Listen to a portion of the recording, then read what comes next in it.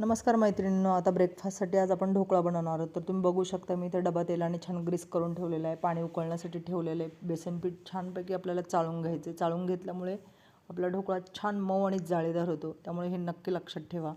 आता इथे मी 2 चमचे साखर, 1 चमचा मीठ आणि थोडीशी चिमूटभर हळद हे पाण्यात मिक्स करून घेतले। त्यामध्ये बेसन पीठ छान असं मिक्स करून घेतलेलं आहे। थोडंसं 1 चमचा तेल टाकलेलं आहे। तेलामुळे घशात ढोकळा दाटत नाही, त्यामुळे तेल नक्की वापरा। मिक्स करून घ्यायचे आणि त्यानंतर एक इनोचं सॅचेट वापरलं, त्याच्यात थोडंसं ॲक्टिवेट होण्यासाठी पाणी टाकायचे। छान असं मिश्रण एका दिशेने मिक्स करून घ्यायचे।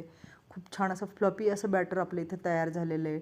ढोकळ्यासाठीचं बॅटर रेडी झालेलं आहे। आता आपण हे डब्यामध्ये ओतून घेऊयात। त्यानंतर 20 मिनटं वाफेवर आपण ढोकळा करण्यासाठी ठेवून देणार आहोत। तुम्ही बघू शकता आपलं बॅटर रेडी झालेले, छान असं झालेले, छान कलर आलेला आहे त्याला। आता हे 20 मिनटासाठी मी ठेवणार आहे। तुम्ही इथं बघू शकता पाणी आपलं गरम झालेलं आहे। आता 20 मिनटासाठी आपण बॉईल होऊन द्यायचे। त्यानंतर आपण ढोकळा काढून घेणार आहोत। फोडणीची तयारी करायची। फोडणीसाठी मी इथं मोहरी तडतडण्यासाठी टाकली, हिंग, हिरव्या मिरच्या, कढीपत्ता, त्यानंतर थोडंसं पाणी टाकणार आहोत।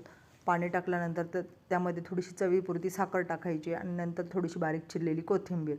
आपल्या ढोकळ्यासाठीचं फोडणी देखील तयार झालेली, ही फोडणी आपण त्यावर टाकणार आहोत। माझी रेसिपी कशी वाटली ही कमेंट करून नक्की सांगा। चॅनलला लाईक, शेअर आणि सबस्क्राईब करायला विसरू नका। धन्यवाद।